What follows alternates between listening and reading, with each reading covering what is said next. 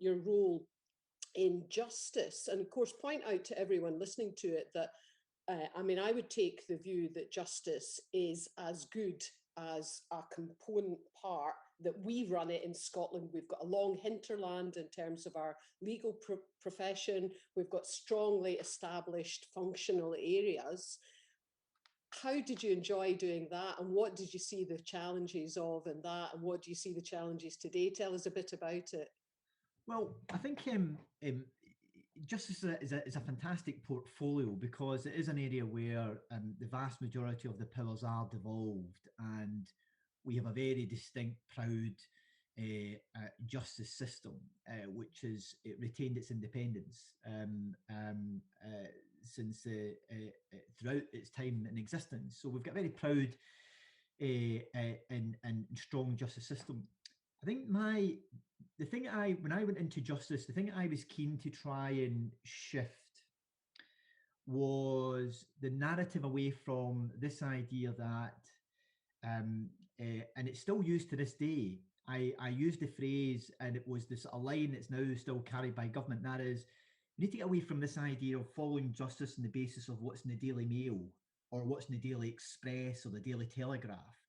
We need to take an approach to justice which is informed by evidence, an evidence-based approach to our justice policy. Mm-hmm. And that led to, I coined the phrase, we need to move away from the idea we need smart justice.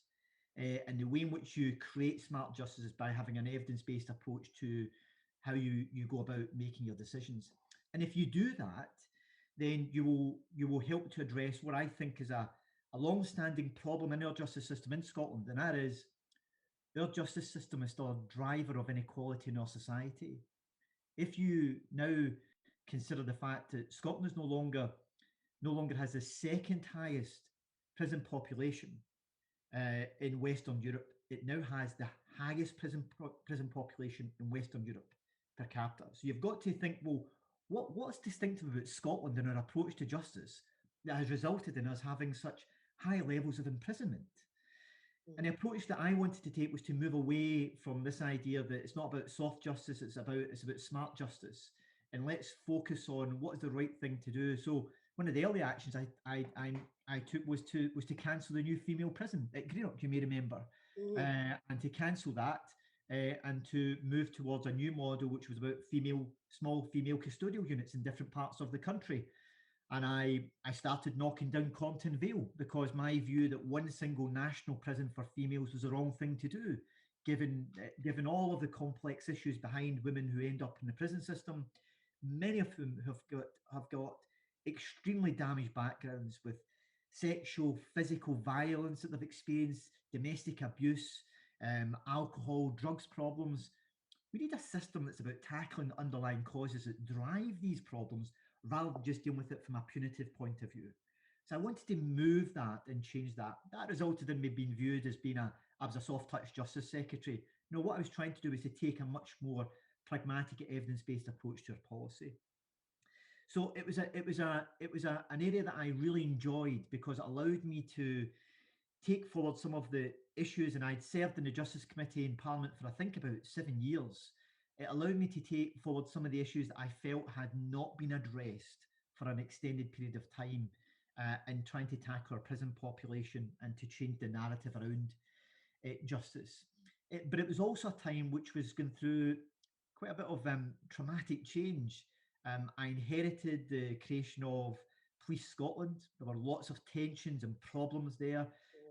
When you'll be very well aware from your own background, Michelle, when you have change in a scale that involves such a number of organisations coming together to create one national organisation, and all of the different competing interests and priorities within those organisations, it can create real tensions and real challenges. And the leadership that's necessary in driving forward an organisation like that can be really can be difficult to get and to achieve early on. So that was an area where there was a lot of challenge and a lot of difficulty, but that's settled down now, and it's now operationally operating very well. So it was a time, I would say, in two parts, trying to settle things down the Police Scotland side, given inheriting a big change programme, while at the other side, trying to change our approach to justice in Scotland to be much more evidence-based and to be much more progressive in recognising that we don't get caught up in the false dichotomy of tough and soft justice, but we take an evidence-based approach to our justice programme. And if we do that, we can tackle some of the very significant underlying issues that result in people ending up in our justice system, and also the inequality that they can drive in our society as well.